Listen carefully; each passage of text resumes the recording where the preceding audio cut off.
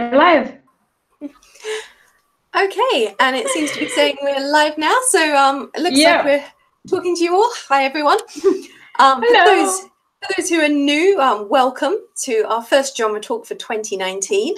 If you don't know me, my name's Nicki Markus. I'm an author and editor, and I post videos here on YouTube about editing, writing, reading, and all the things I love. And I have with me Alina, so I'll let her do a little quick intro for you as well. Hello, everyone. My name is Alina. I'm a fiction writer, and I also have a YouTube channel that mostly post about books and writing, and sometimes, go off script and cover other topics that I'm passionate about as well. So that's the short of it, let's say. So if you have been following our series, you'll see we haven't got a theme as such today. We thought we'd ease you all in a little bit to the new year. And today we're going to be looking a little bit about trends that we saw in 2018, things that we think might be continuing or stopping as we head into 2019, maybe some things we're excited to read, some challenges we're doing, things like that. And we're also going to be playing a little game of Rip It or Ship It at some point. I have just here with me all the little names, and we'll explain that game in a bit more detail if you don't know it as we play. So we also have, we want to tell you towards the end of this stream as well, before we sign off, about our plans for this genre talk as we go through 2019, because we're going to be doing a few extra new things this year as well. So perhaps to kick us off, Alina, do you want to just give us a few initial thoughts on 2018? What sort of things did you enjoy reading? What did you see trend-wise in the genres? I kind of went back to mainstream fantasy in 2018 towards the end of the year. I started with Naomi Novik because I knew of her from before, and I never really got into the whole super hyped fantasy authors, especially if it was YA. No, I'm not that big into it. Sci-fi, you can, lure me with it, especially if it turns out it's not really YA, it's adult, like Red Rising. Please, people, stop marketing that as a YA sci-fi. It's not, it's so adult. And I don't care that the main character starts at 16 in the book. He's married, he has a family at that point, he's not a teenager, come on. 2018 was a hard year for me, so I experimented a lot with where to publish my books. I was keeping an eye on genres and how they work and how writing in a specific genre works and what works better, but then took a long break because I broke my leg. So I did a lot more reading than writing for a huge chunk of the year. I still stuck with my favorites. I still read a lot of indie books, but I kind of made my way into more of a mainstream big publisher reading regimen, let's say. Read a bit on the graphic novel side and even a few mangas that I got from Bookwalker. So I think it was a year where I tried a bit of everything, including nonfiction, which was a goal for me. Not a lot, but I got a few nonfiction books there as well. So yeah, that was my year in reading. As for writing, oh boy, I'm multi-genre, as you well know, and now I'm adding more genres to that cocktail because why not? But I did learn some lessons from it, and I'm definitely willing to share when we get to that part. But yeah, so I pretty much dipped my toes in every puddle I could find, let's say. So yeah, that was 2018, and hopefully I'll do the same in 2019 because I feel like that's important to just sample everything and be kind of up to date with stuff and okay, that's it. I'm so coherent. I guess mine is pretty much the same as yours, Alina. I mean, anyone who follows my reviews at all, whether on my blog or here on YouTube, will know that I read a pretty wide range of genres. One second. Yeah. It's not the same thing. Like, you outread me 2 or 3 to 1, I think. So let's put this out there. You read far more than I do. I did have a really mega reading year this year, or the year just gone, I should say. I mean, every year I put a goal of 150 on Goodreads, and I usually get around that. But I've actually, I think I finished on like 229 or 230 this year. So it was a really big reading year. But I mean, to put that in context for viewers, they're not all like 900-page novels. It really does range. I read a few that were up there around the 1,000 pages, but the majority are around the sort of average 300 or so. And a few of the ones, particularly non-fiction, where they're talking about like pencil technique and things like that. Some of those are only 50 to 200 pages. They're quite tiny with lots of pictures, so they don't take that long to read. So I have done a few of those over the years as well. But I do like to read a mix of genres. I mean, I would say I probably read a reasonable amount of fantasy this year, but I've also read a lot. I mean, something I saw coming out quite a lot, particularly in the latter half of 2018, was literary fiction that had a sort of magical realism element about it. And there were a handful that I read towards the end of the year that were like that, which I essentially would call them literary fiction rather than any kind of fantasy subgenre. But there was definitely that sort of magical realism element, which does seem to be continuing. I mean, it's been in for a little bit of time, but it seems to be having a little resurgence again. In terms of writing, I mean, I had a few books out last year, mostly in the fantasy, and that seems to be what I'm tending towards these days. If I write contemporary, I tend to do them as short stories for particular calls. I actually submitted a book to Dreamspinner Press not long ago, which they rejected just because they didn't want to take fantasy at the moment. And they said to me, we like your writing though, so why don't you write us a contemporary? And it's like, well, if I had a good idea for a novel length contemporary, then I would. But I just don't seem to get inspired. I can do short stories in that genre, but I tend not to get inspiration for long pieces in contemporary, or not yet anyway. So I did have a little bit of a writing slump this year. And I had little periods when I was writing, and then little periods when I wasn't, and I just wasn't feeling motivated. I think I'm having a little slump at the moment where I feel I'm putting so much effort and so much time in, and what am I getting back from it? You know, is the return worth the effort? So I'd never stop writing, but maybe I should think about dialing it back a little bit, because for me, I don't think I'm ever going to be able to make a career, full-time earnings out of it. So have it as a hobby and still keep writing, but give myself time for some other stuff as well, just to keep the motivation there, that I'm not sort of trying to write desperately and I'm just feeling overwhelmed by it. So we'll see how that progresses. Can I contradict you there? Can I contradict you there? Of course. I think fantasy is doing great, and I don't understand why they're not diving into that. It's probably because they this is my opinion of it from the outside and what I've seen promoted. I feel like Dreamspinner has invested a lot in promoting their contemporary titles, and they're sticking to that because it makes them money. But I've read some of your fantasy, quite a bit of it. If I were you, what I'd do was keep writing like the short stories and submitting them to publishers. I'd write a fantasy series, gay fantasy, no problem there. I just spend the year writing it. I'd have a few books ready and just do a rapid release on my own for them. I think if you get like genre specific covers and refine your blurbs, and there's a clear pattern of a lot of books being released, and you have all the pre-orders up, I think it can do quite well. And I'd do that if I were you, because I think it's a genre that does well. Yeah, I mean, especially if it's romance, especially if it's fantasy romance or sci-fi romance, you know, things that don't go into the hard sci-fi or epic fantasy thing, but they're still fantasy and sci-fi, and they have a strong romance element.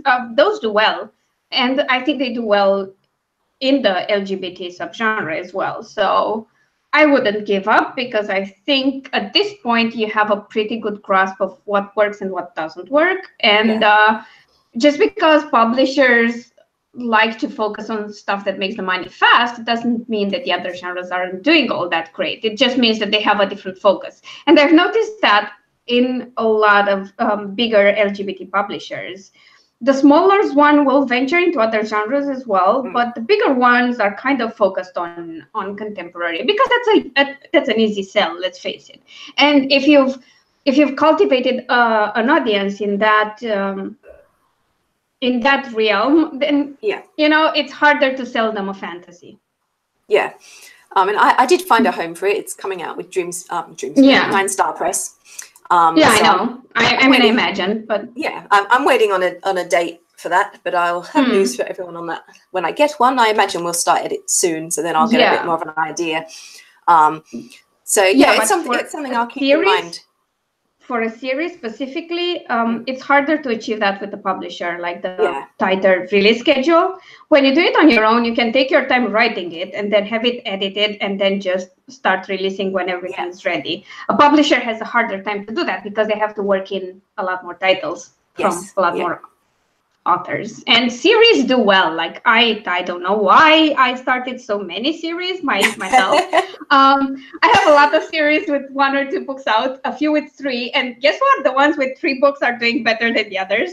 And this last one that I did a rapid release on, it's contemporary, true, but it's a novella series, and book 4 is coming out, and because there was a clear schedule, people were super interested into it, and I had pre-orders book the book, and it went really well. And I'm like, why the hell don't I have like 5, 6, 7 books in each of my series? Why did I start so many? And that will be my focus for this year. Just concentrate on a series at the time in terms of publishing. It might not be in terms of writing. I might switch between them, but when I start releasing focus on a series, it does well. It does really well, because people, especially with indies, and I think this applies to small publishers as well, they're not as open to wait for a year or 2 for a second book in a series to come out. Because you can do it. I mean, you're indie, right? Why do I have to wait for you?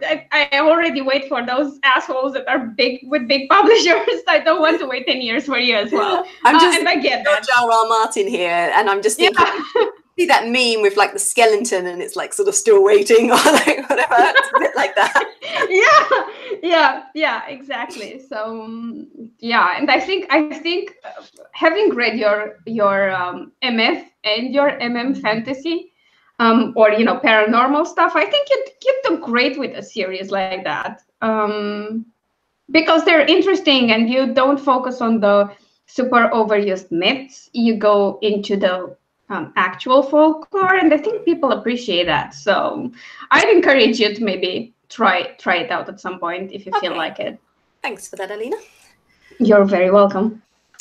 So as we've sort of started to have a bit of a look ahead, then do you want to perhaps give us a bit of overview of perhaps sort of the stuff you're looking forward to reading, what you think some of the trends are going to be this coming year, and particularly with your writing as well, what you're focusing on? Although obviously you've just told us you've got a whole range of different genres going on.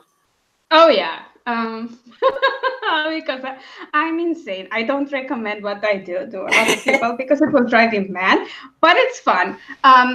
So I don't think people should stick with 1 to 2 genres and then never venture out of that genre. But I think you should maybe not jump genre with every release, because I did that. I went from my famous on the internet series to the werewolves, and then to sci-fi, and then to Warriors of This, and never finished any of those series.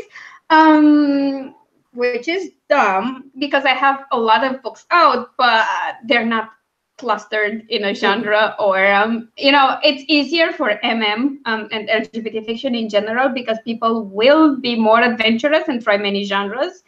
Especially if they write like you're writing. Doesn't work the same way with other mainstream genres. But I mean, I read a lot of mystery at the end of last year, and then I'm looking forward to a lot more mystery coming out this year. There are some paranormal romances that I'm still waiting for. I did read a few reverse harem books. Some I like more than others. I'm really curious to see how that subgenre evolves in 2009, because if you're not aware of this, Amazon has made quite a few changes for their advertising, and I'm sure you've seen the posts in the publishing groups. So basically, you can't have reverse harem or alpha or omega or words like that in your advertising. They won't allow them. It's stupid if you ask me, but that's the rule. So a lot of people have issues with that because you can't have the words in the title and you can't have them in the ad text. I'm not sure they allow them in the keywords for the ad either, but it's becoming a bit more difficult to promote certain things. And why they went after alpha. Oh, there are a lot of BDSM things they don't really like as well. Even if it's not erotica, which you can't advertise erotica on Amazon, but they're kind of stumping the romance subgenres as well. Which to me is like a bit prudish and I don't get it. Now, the question is, have these subgenres built a huge enough audience that they go looking for it? And for the alpha, beta, werewolf shifter universe, I think that's the case, but it's been around for a while and maybe people get fatigued. For reverse harem, I don't know. It just came into its own thing last year. I think it might have needed a bit more time, but the good news is that they brought the also bought section back. Because when you go to a book's page, if you scroll down, you'll see customers who bought this also bought. And that's a place you want to be at. Well, they removed that for a while at the end of 2018, and everybody noticed a drop in sales because of it. And they brought it back, and everyone celebrated, obviously. Because if you don't have an ad budget, that's a good place to be advertised for free. Like if people buy your books and then buy similar books that do better than you show up there, you get more readers. It's very organic, and people are interested in your book. But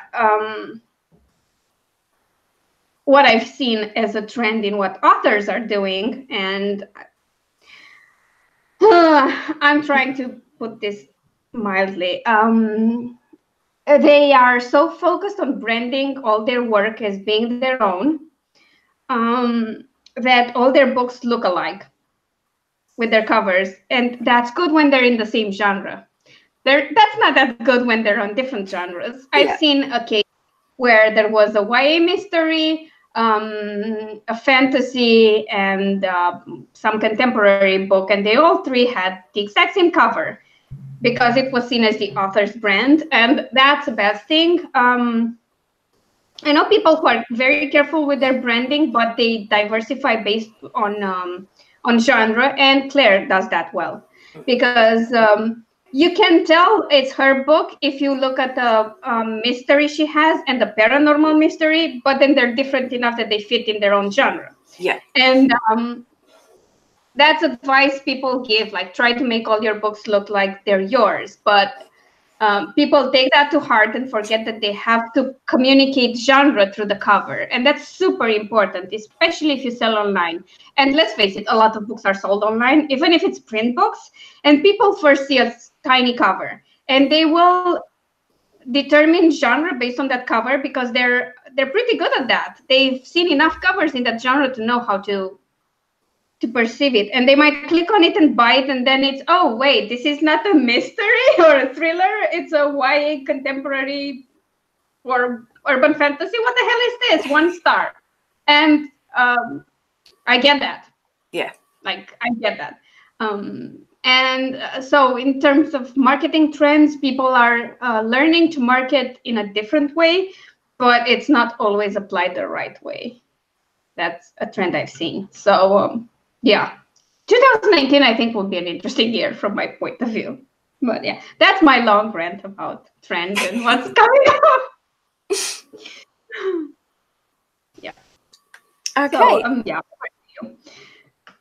I mean, from a reading point of view, looking ahead, there still seems to be quite a strong YA focus on myth and folklore retellings. There's quite a few of those coming. A couple I've already read because I've got advanced copies, and they'll be coming out in the next few months. I am keen to finish the last book in the Winter Night trilogy by Catherine Arden. That's coming soonish. So that should be quite good. That one's based on Russian folklore. And I actually missed the first book in that series. I got the second one as a review copy and absolutely loved it.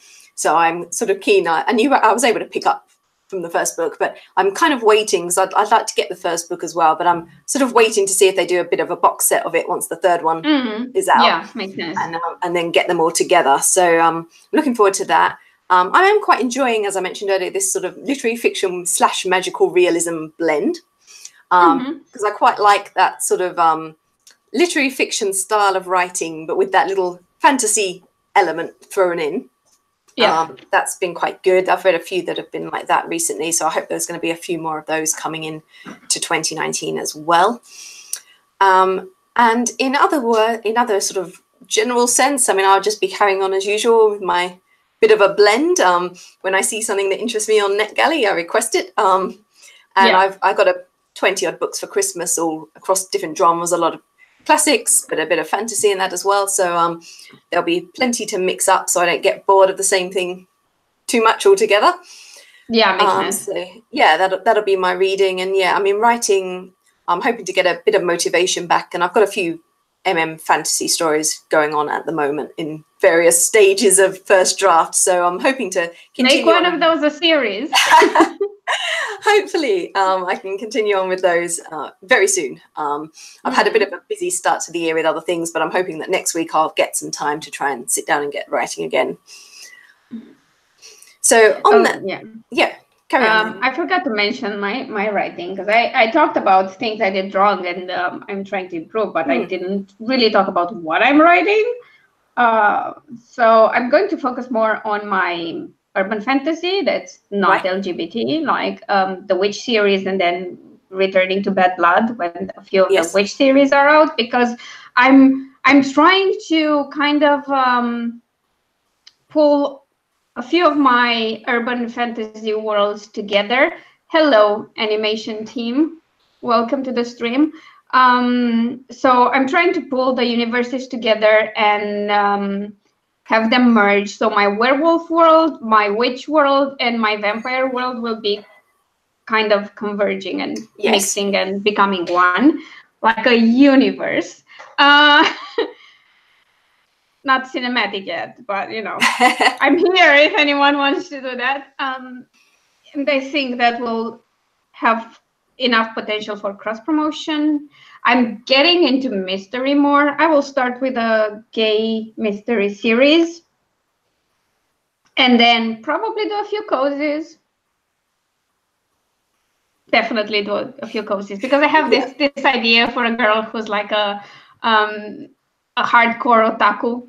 She's into manga and anime, but she has like a really proper job where she can't dress accordingly or style her hair accordingly. And she also has a bookshop where the entire second floor is turned into a manga store, basically.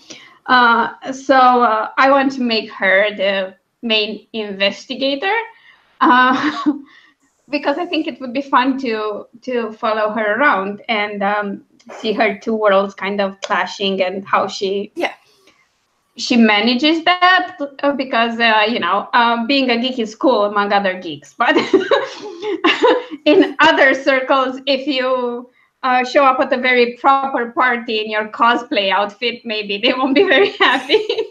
So I'm going to do that as well. So yeah, I have lofty writing goals this year.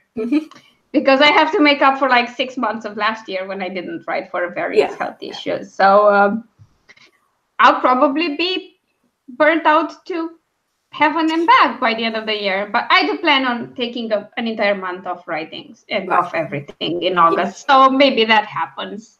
Maybe not. We'll see. So yeah, that's it with what I forgot to mention, because I went on a rant.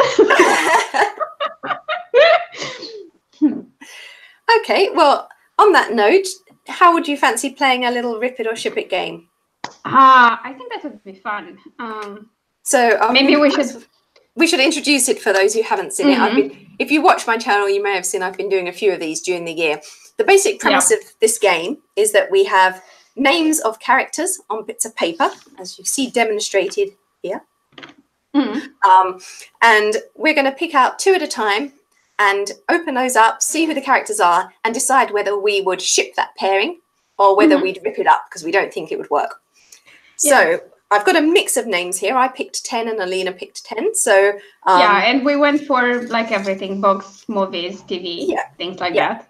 I think we've got predominantly books, but a few TVs and then thrown in. Yeah. She knows my names. I don't know hers, which is fun.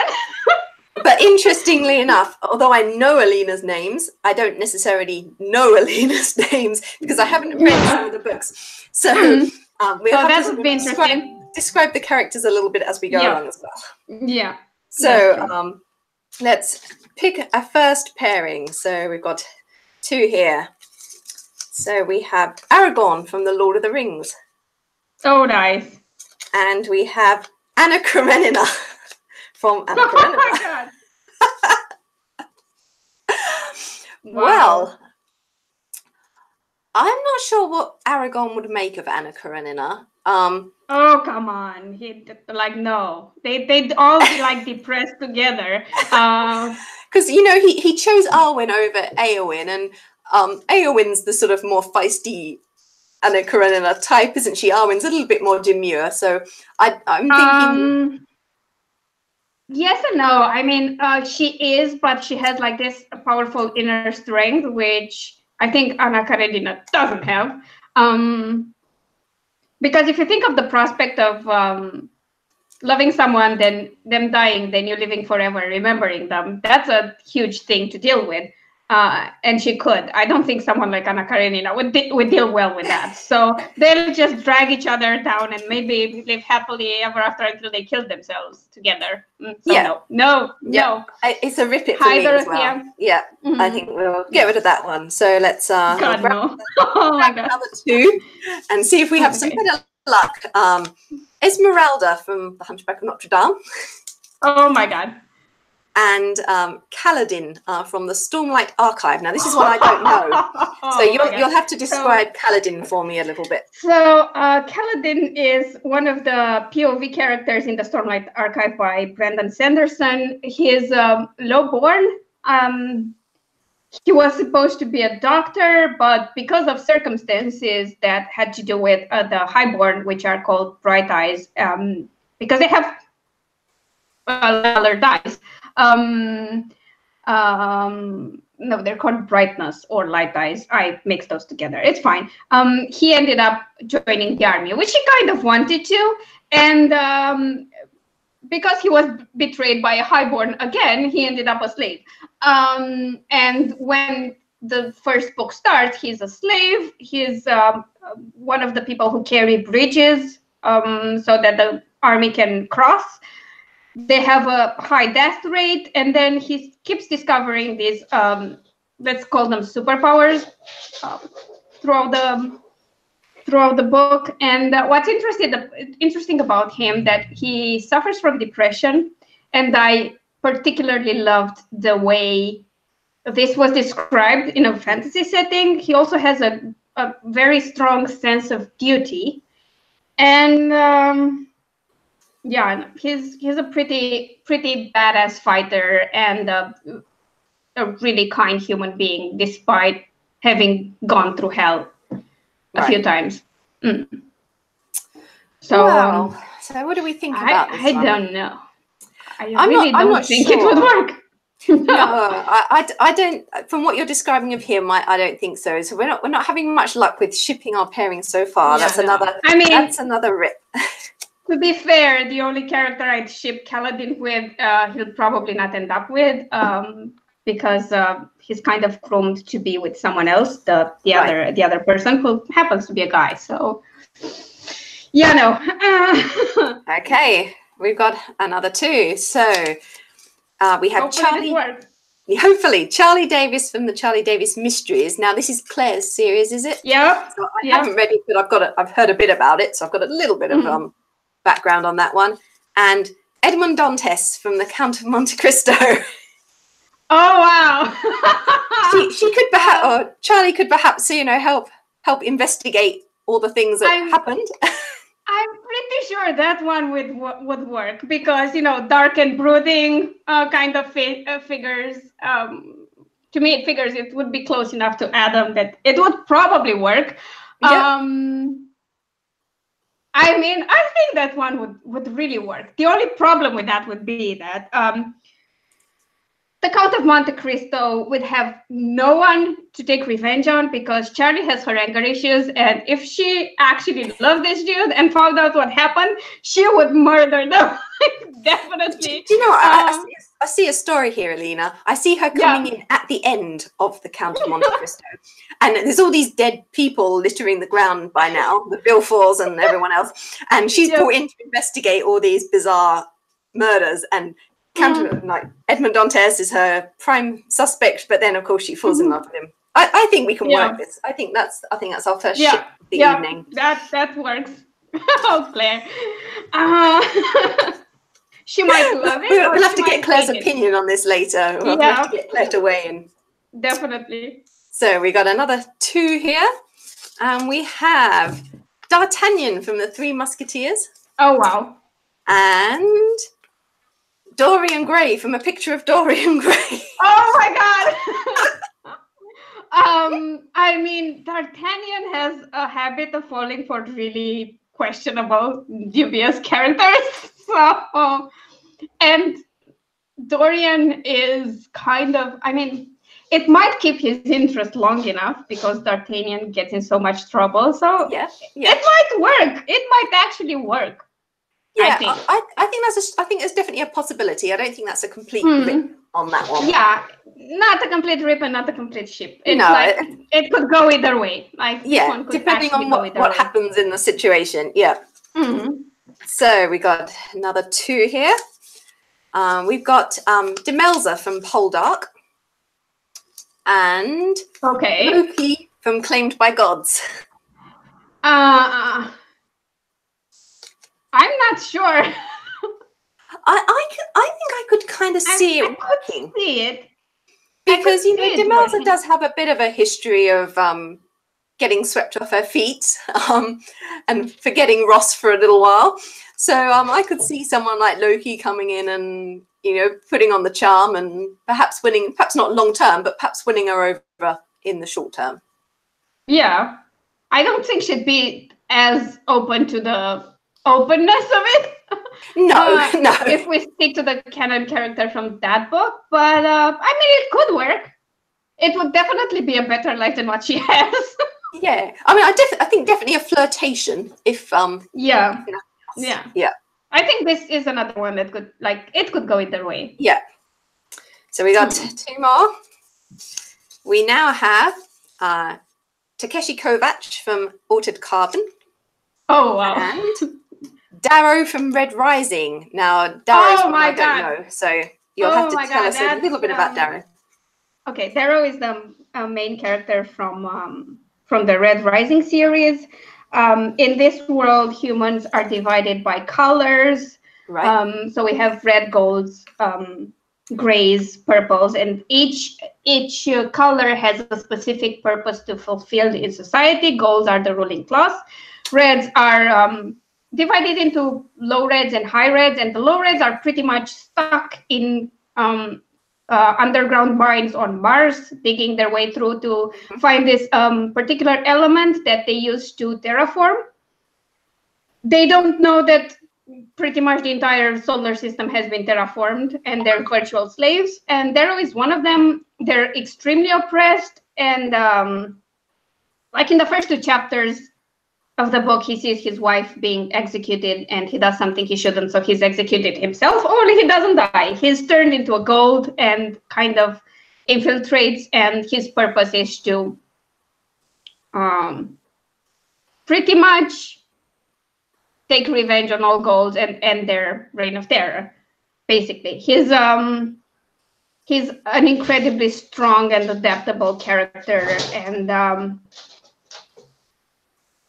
he has depth. He has a lot of depth. He's not like the self-righteous kind. He can pretty much see all sides of a certain issue and decide accordingly.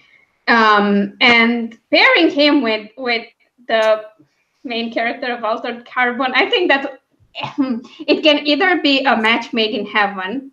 I think it would be, because if I think of the woman Takeshi was in love with, she's kind of in the same yeah, it's that sort of in the same realm. I think that would kind of thing. Yeah, that would work like would work. really great. Yeah, I think that's probably our best match so far. Actually. Oh my god, that's like the top match that we need to try to reproduce in the future. Right, we've got 4 left, so we've got another pairing here.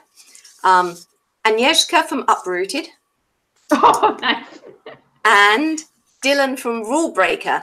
Now, I've actually got Uprooted sitting there to read on my shelf, but I haven't read it yet, and I don't know Rule Breaker, so you'll have to take the lead on this one. So, Dylan is extremely funny and witty and sarcastic. And seeing how Agnieszka is kind of the same way, she's kind of outspoken and sarcastic. No, they're alike in certain ways, but they get on each other's nerves. Not really. They're too alike, I think. I think if it was him and the dragon, that would work. But the two of them, no, they're be like. I think that they'd work great as best friends or siblings. Okay. Yeah. So yeah, no.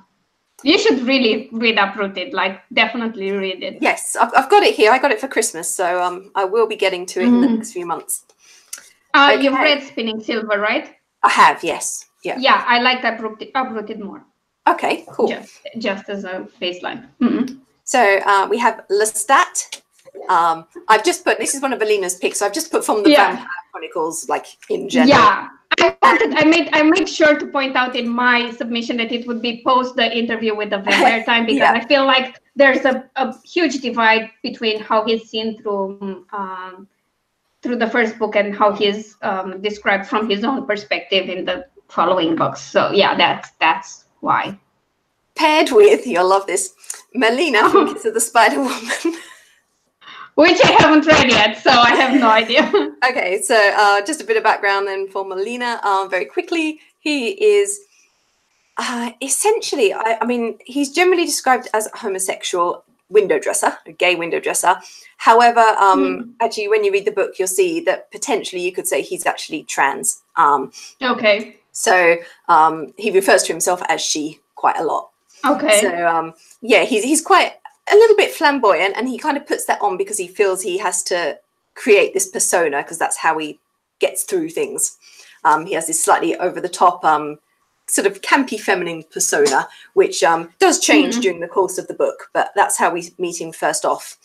So with Lestat, I don't think so. I think Lestat would mentor her into not caring and giving like a huge middle finger to the world, but not together though. I don't think.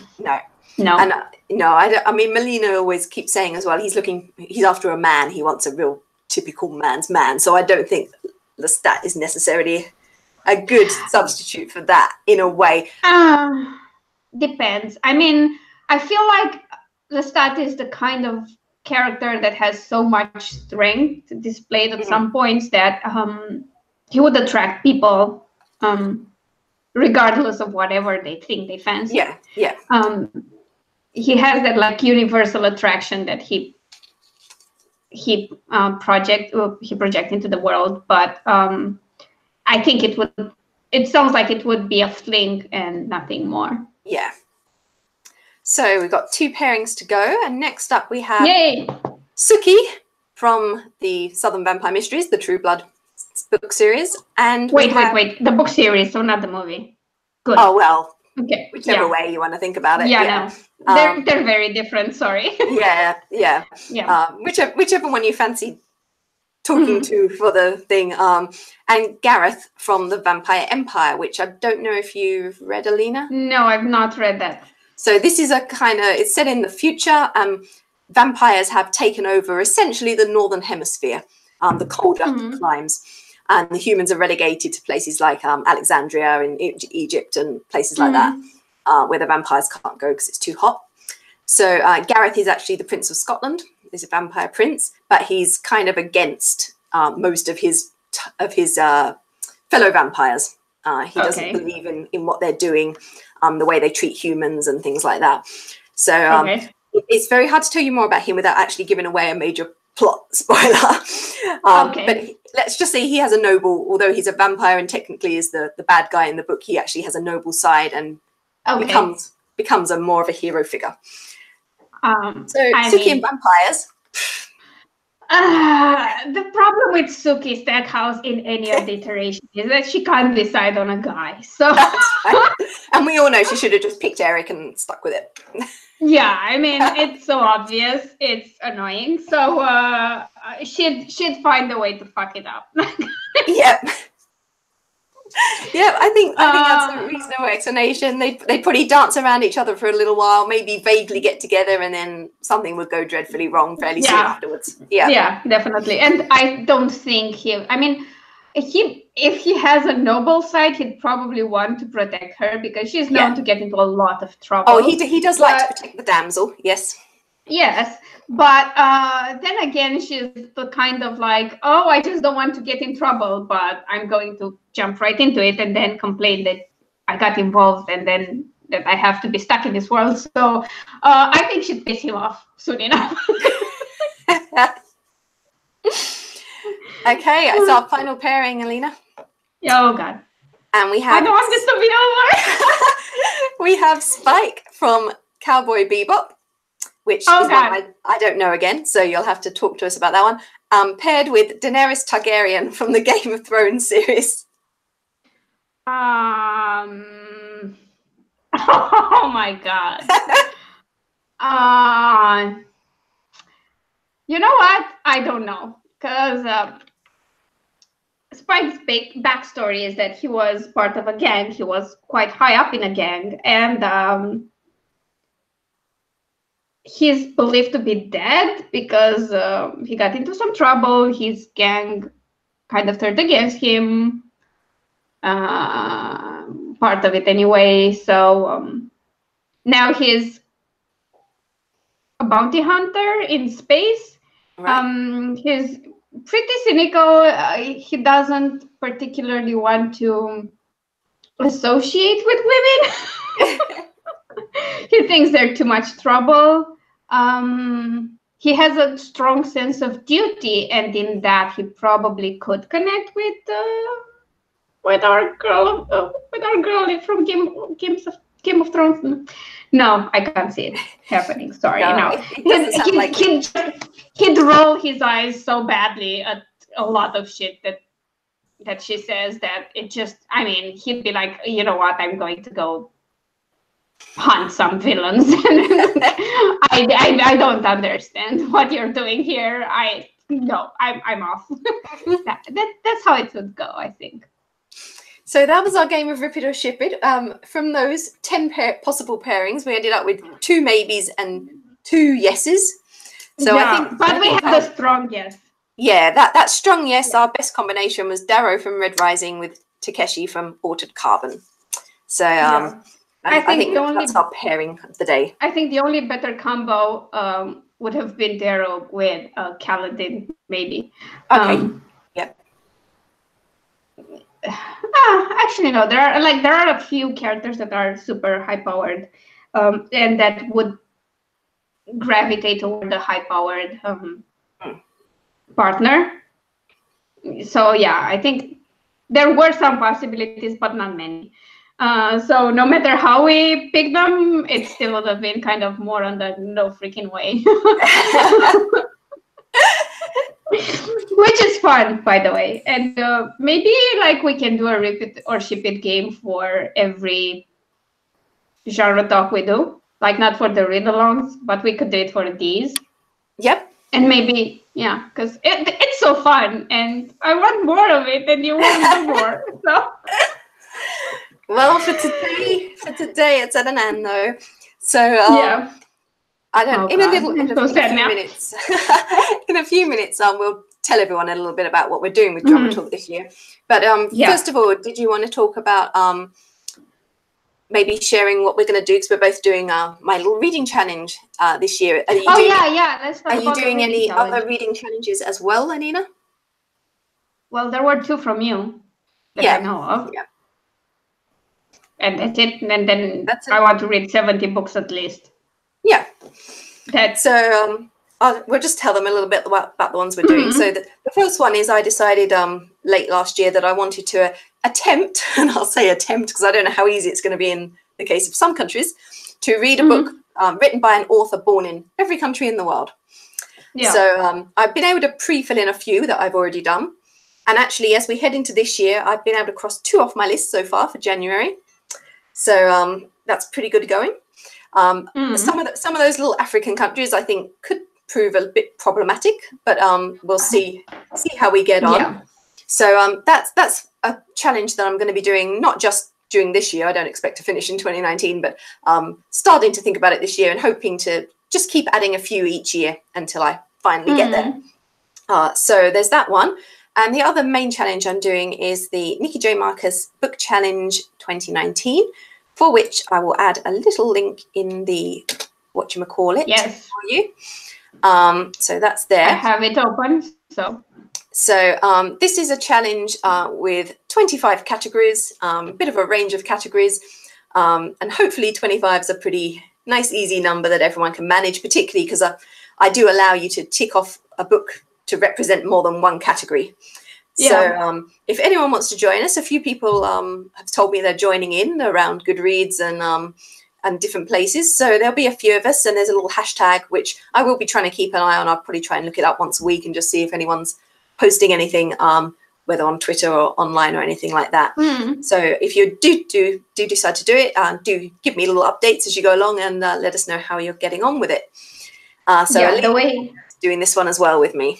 Yeah, the way I plan on doing this one is to post about it on iZombooks, and whenever I read a book that I review and that kind of fits in one of the categories, I will mention it and which categories it fulfills. Because the first book I finished this year is The Scorpio Races, which works for a few of them.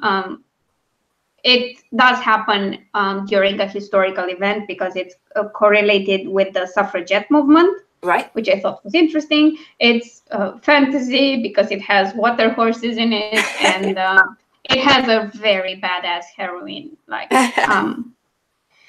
the main character, the female protagonist. Actually, no, she's not the protagonist because there are 2 main characters. But the female main character is absolutely impressive. Her name is Puck, and she's a ginger, which I found very very fun because.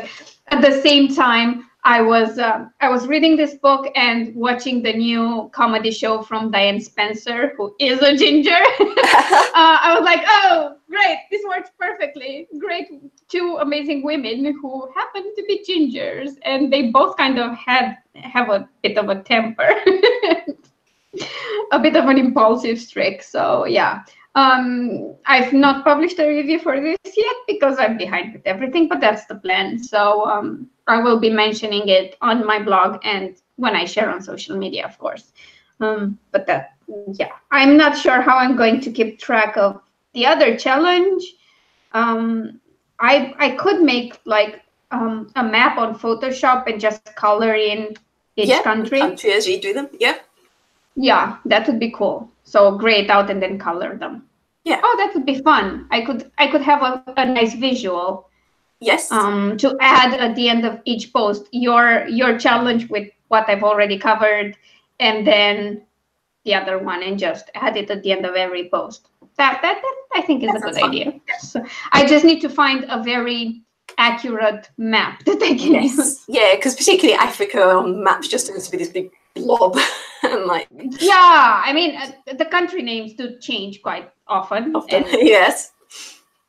Yeah. Yes. I mean, I get why one of the ones I've crossed off at the beginning of this year. The author was born in an African country that is now called something else. So I've just crossed it off on what it's called now, kind of thing, and gone with that. I mean, technically, I'm not sure if she's a British citizen because it was when the British were in charge of that particular area.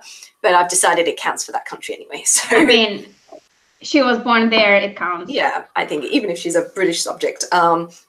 So that's that challenge as well. So they're both we'll both be talking about those a little bit and mentioning them on our blogs and social media and things as we go through the year. Yeah. So now I guess maybe let's just mention what we're going to be doing for a genre talk for the rest of this year, because we are changing things a little bit, partly because we've finished so many genres. Obviously, we started back around March, I think it was last year. Yeah, March of 2018. And doing one a month, we've crossed off quite a few, but we do have a handful left. So what we've decided to do is alternate our traditional genre talk bi-monthly with doing a bit of a read-along. And each read-along will be picking a different genre, a book from a different genre. So we'll just keep it a bit interesting, a few different things. So in terms of the traditional ones, we've still got a few coming on things like non-fiction, graphic novels and manga, and a few bits like that. We're also going to be talking about translation of literary works in one of them as well. Yeah. So that should be quite interesting, because I do a few foreign languages and I like to read in them, and Alina is often reading English as a foreign language for some of her stuff. So we should have a few things to say about that. And with the books, we're actually kicking off next month. I have a strong-armed Alina into reading Kiss of the Spider Woman by Manuel Puig. I'm kind of happy because we get the literary fiction out of the way, because of all the genres, that's one that doesn't always appeal to me. It just doesn't. It rarely does. To be fair, I read a lot of literary fiction in school because that's what we read. I mean, and then the moment I found genre fiction, I was like, why was I wasting my time with this? I mean, I did read a lot of, let's say, genre fiction in my free time, because I hung out with the boys a lot and read their books. So not a lot of romance or tragic love stories for me. Thank you. So I'm really curious about this. The one paragraph tiny blurb that I could find on it doesn't give away much. So no, it's just like, I mean, all it says is that there are two guys in a cell and they talk. Basically, that's the blurb. Yes, you'll find the structure a little bit postmodern, let's say, but the content is really full of pop culture. So it's a really interesting blend. So hopefully you're going to enjoy it. I just finished it the other day, and I mean, when we do our talk, we'll obviously discuss also adaptations, because I'm coming to it backwards in many ways, because I knew the musical, then the film, and then the novel, whereas of course they came out in the opposite order. And when we do our discussion, obviously we'll be talking about the book. We'll also have a quick look at adaptations and a quick discussion on changes that were made to the story and that for those. Yeah. Sorry. That's okay. Oh, my dog managed to open my door somehow. Oh. It's fine. Clever dog. Yeah. Or I didn't close it properly and he finally realized that. It's one of the two. Anyway, it's fine. So yeah, if you want to read along with us, the book for February is Kiss of the Spider Woman, and we're doing our stream on February 4th, I think. 3rd, I think. This Sunday. Yes, 3rd. Yeah, 3rd. Yeah. On February 3rd, and this one will be on my channel, because we're keeping the same structure of alternating between our channels. So as it turns out, this year, Nicki will host the genre talks and I'll host the read-alongs, basically. So I hope you guys join us and read it with us, and then we can discuss it, of course, in the next stream, which I'm really looking forward to this, because it's been a while since I did a lengthy conversation about a book with someone else who's read it. I mean, that didn't involve like Facebook Messenger or things like that, or just a couple of minutes. Yeah, and I mean, I'm already a big fan of the story, so I'm looking forward to talking about what I felt about the novel, because I'm most familiar with the musical, and there are quite a few major differences between the two. Yeah. So while I know nothing about either the musical or the book. Oh wait, and there's also a movie. There's the film. Yeah. which is also, that's a little bit closer to the novel than the musical is, but it's also a little bit different as well. And I think I read in an interview that Manuel Puig actually didn't like the film version. So I think it's good, but it is a little bit, they did change a few things, which they had to because it wouldn't work visually. Yeah. So, obviously. So yeah, but obviously we don't want to start the discussion too early. We better save it for our next stream. So is there anything you want to add just to finish us off today, Alina? I think 2019 is going to be a very interesting year in terms of what's coming out, what's happening, how a lot of changes are impacting the industry. And I kind of look forward to it. And I'll keep nagging you to come over to the dark side and do the fantasy series in rapid release.